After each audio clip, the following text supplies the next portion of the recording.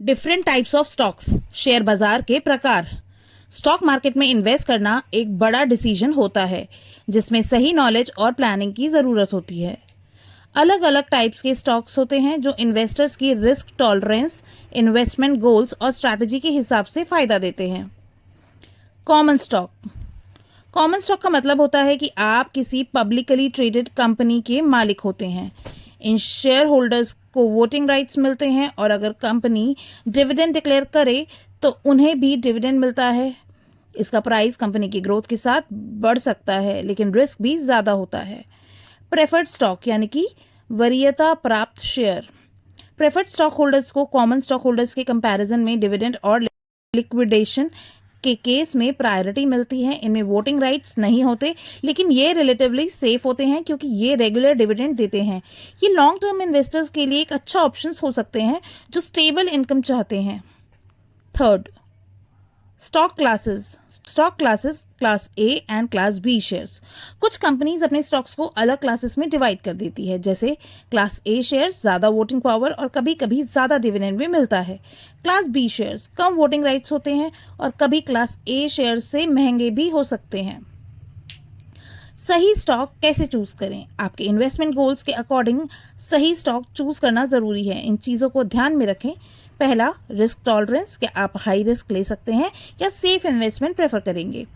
Investment goals, आपको long term growth चाहिए या regular income?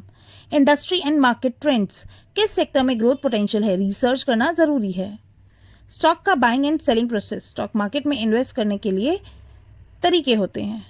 Brokerage and online platforms, आप डायरेक्टली स्टॉक्स खरीद और बेच सकते हैं। डायरेक्ट परचेज प्लान, डीपीपीज, कुछ कंपनीज इन्वेस्टर्स को डायरेक्टली शेयर्स खरीदने का ऑप्शन देती है बिना ब्रोकरेज के। अगर आप सही रिसर्च करें, कंपनीज का एनालिसिस करें और मार्केट ट्रेंड समझें तो आप अपने इन्वेस्टमेंट का बेस्ट रिटर्न ला सकते हैं और रिस्क भी कंट्रोल कर सकते हैं। स्टॉक चूज करते समय किन फैक्टर्स को ध्यान में रखें? इन्वेस्ट करने से पहले इन इंपॉर्टेंट फैक्टर्स को इवैल्यूएट करना ज़रूरी है। पहला, कंपनी की reputation and business model, company के पास्ट रिकॉर्ड्स और मार्केट पोजीशन समझें।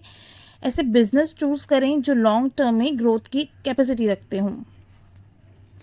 Financial health and performance, company के फाइनेंशियल स्टेटमेंट्स, प्रॉफिट मार्जिन्स और डेट लेवल्स एनालाइज करें। पास्ट स्टॉक परफॉर्मेंस और फ्यूचर ग्रोथ पोटेंशियल देखें। रिस्क वर्सेस रिवॉर्ड, आपको शॉर्ट टर्म प्रॉफिट चाहिए या लॉन्ग टर्म ग्रोथ, ये डिसाइड करें। मार्केट कंडीशंस के बेसिस पर अपनी रिस्क टेकिंग कैपेसिटी समझें।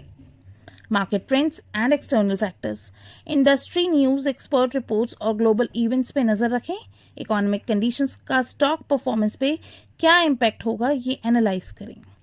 Potential returns versus potential loan, stock market unpredictable होता है इसलिए प्रॉफिट पोटेंशियल और रिस्क एक्सपोजर दोनों समझना ज़रूरी है। अगर आप अच्छी